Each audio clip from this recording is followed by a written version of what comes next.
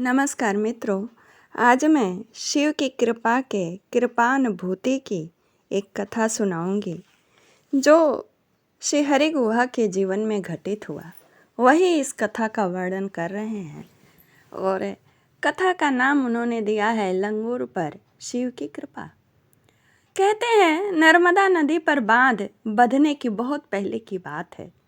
उस समय कहते हैं मैं वनाधिकारी था, इसलिए मुझे नर्मदा नदी के दोनों तटों पर कार्य करने का भार मेरे ऊपर था और मैं सूक्ष्मतम रूप में दोनों तटों के धार्मिक, पौराणिक और ऐतिहासिक स्थानों का दर्शन करने को मिला, अध्ययन करने को मिला। कहते हैं कि उसी समय 1975 की एक घटना है कि ओमकारेश्वर में आज जहाँ बांध है उससे बहाव के ऊपर की तरफ नर्मदा के किनारे एक उजाड़ गांव काजल माता था। वहाँ गांव या बस्ती थी, इसका एकमात्र प्रमाण नर्मदा के किनारे स्थित एक पुराना शिव मंदिर है जो इस समय खंडहर हो चुका था। कभी गांव रहा वह पूरा क्षेत्र वृक्षों, झाड़ियों, घना जंगल बन चुका था। वन विभाग के तकनीकी कार्य चलते रहने के कारण मुझे प्रायः वहाँ जाना पड़ता था और शिव मंदिर का जो खंडहर नुमा प्रांगण ही जो था वहाँ हम लोग अपना कैंप का रहने का स्थान बनाते और वहीं मेरा स्टाफ और श्रमिक इत्यादि लोग भोजन करते, मीटिंग करते, विश्राम करते थे। और वे जो श्रमिक थे आसपास के गांव के थे। नर्मदा की परिक्रमा करने वाले, नर्मदा में स्नान करने वाले आसपास के गांव वाले इस शिव मंदिर में पूजा करते और प्रसाद फल आदि चढ़ाते रहते थे। और मंदिर में कोई पुजारी था नहीं और उस चढ़ौती को न कोई उठाता न खाता था।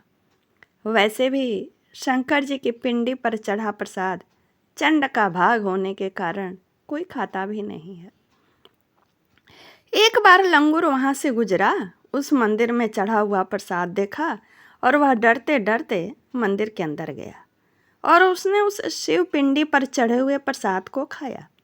फिर तो वह निडर होकर मंदिर में आता और रोज शंकर जी के पिंडी के ऊपर जो प्रसाद चढ़ा रहता तो पिंडी पर ही बैठकर चढ़े हुए प्रसाद को खाता। शंकर की पिंडी को भी वानर स्वभाववश मलिन कर देता, यानी पेशाब वगैरह कर देता रहा होगा। उसकी इस हरकत को जो मवेशी चराने वाले आते, जो पूजा करने वाले आते, उनको अच्छा नहीं लगता।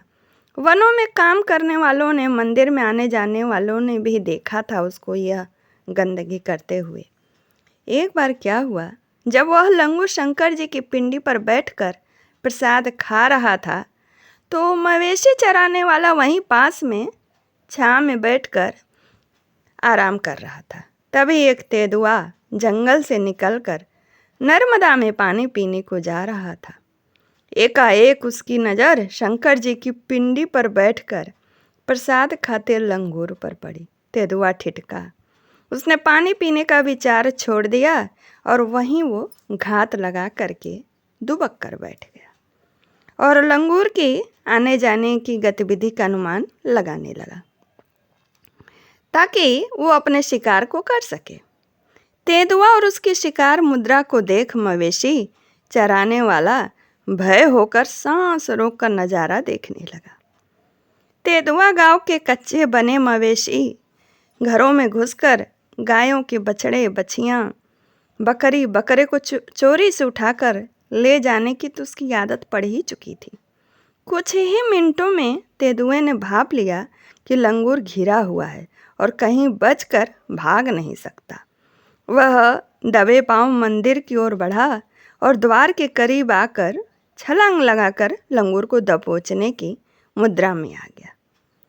इतने में ही लंगूर की भी नज़र तेंदुए पर पड़ी।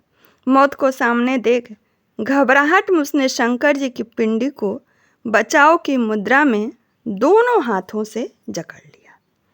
अब महाराज बड़े आश्चर्य की बात हुई।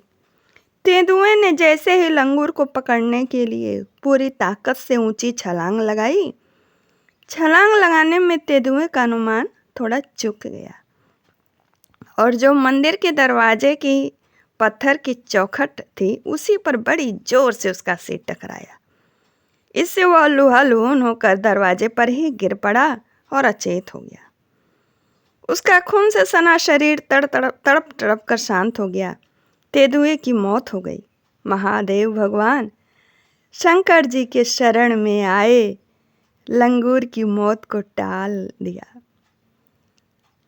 और स्पष्ट चरवाहे को समझ में आ गया कि शिव जी ने ही लंगूर को बचाया है। और उसी समय चरवाहा भी घबरा कर उठा और मदद के लिए चिल्लाए। चरवाहों के चिल्लाने की आवाज़ से डूबते को जैसे तिनके का सहारा मिला और इतने में लंगूर भाग गया। कहते हैं श्री हरि गुहा जी कि यह घटना मुझे वहाँ के श्रमिकों ने बताई, जिन्हें चरवाहों ने बताया था। यह अद्भुत घटना भगवान शिव के कृपा के प्रमाण स्वरूप है। नमस्कार। जय श्री कृष्ण।